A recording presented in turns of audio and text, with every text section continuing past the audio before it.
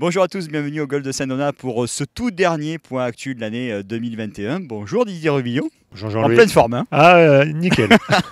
Alors justement, on va revenir Didier sur cette formidable Coupe de Noël qui a eu lieu samedi dernier. Un grand succès. Merci encore pour l'invitation parce qu'on a passé un moment formidable. Oui, surtout toi et ton équipe, paraît-il. Écoute, Parce que premier en net, c'est toujours très sympathique. effectivement. Alors oui, une belle animation, toujours comme chaque fin d'année. On bloque le parcours uniquement pour les abonnés, le restaurant aussi. Et toute la journée, on fait des jeux sur le parcours, 13, 14, 18 trous, ça dépend des années.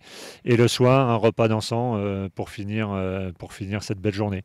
C'est vrai aussi que c'est toujours cette ambiance que vous essayez de mettre en place avec Rosita, avec toute l'équipe de Saint-Donat. On sent vraiment, comme on le disait précédemment, que c'est vraiment une grande famille qui a envie aussi de transmettre un petit peu tout ça. Oui, oui, ça c'est l'ADN de notre propriétaire, Monsieur Benetti, qui veut que les gens se sentent bien au golf de Saint-Donat. Donc c'est vraiment important. On ne fait pas ça tout le temps, tout au long de l'année, mais sur les dates occasionnelles, on essaye que ça soit le plus sympa possible.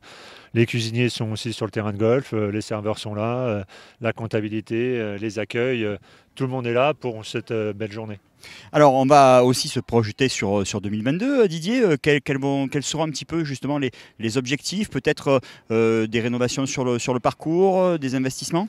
Oui, comme chaque année, on essaye d'avancer un petit peu, donc toujours un tout petit peu d'arrosage, de les améliorer l'arrosage, soit changer 2-3 arroseurs, soit en rajouter pour que le terrain soit de meilleures conditions, consommer moins d'eau parce qu'il faut faire attention à l'eau, donc pour ça il faut déplacer les arroseurs.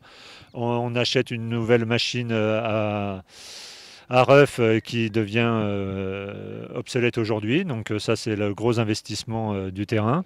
Et puis aussi quelques améliorations dans le clubhouse. Alors justement aussi par rapport à cette fameuse loi Labbé qui va entrer en vigueur normalement en 2025, est-ce qu'il y a aussi des projets pour essayer de tendre vers le zéro phyto ou pas?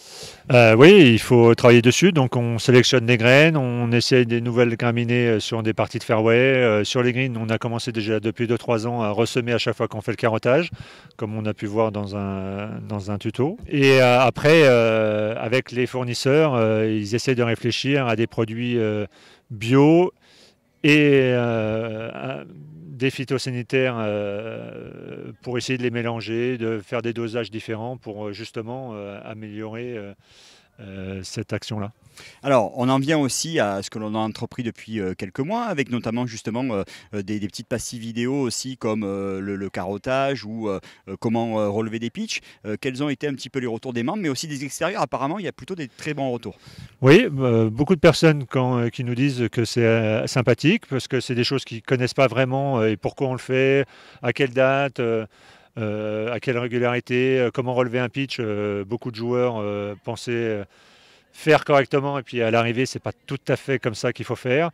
Donc on va essayer de continuer ça l'année 2022 avec comment ratisser un bunker un peu mieux que ce qu'on fait habituellement, comment jouer un tout petit peu plus vite, tout ce qui est règles et étiquettes qui aujourd'hui est pas toujours appliqué ou mal appliqué.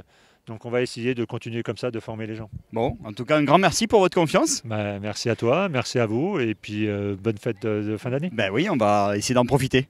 Voilà. Merci Didier. À Super, bientôt. parfait. Salut.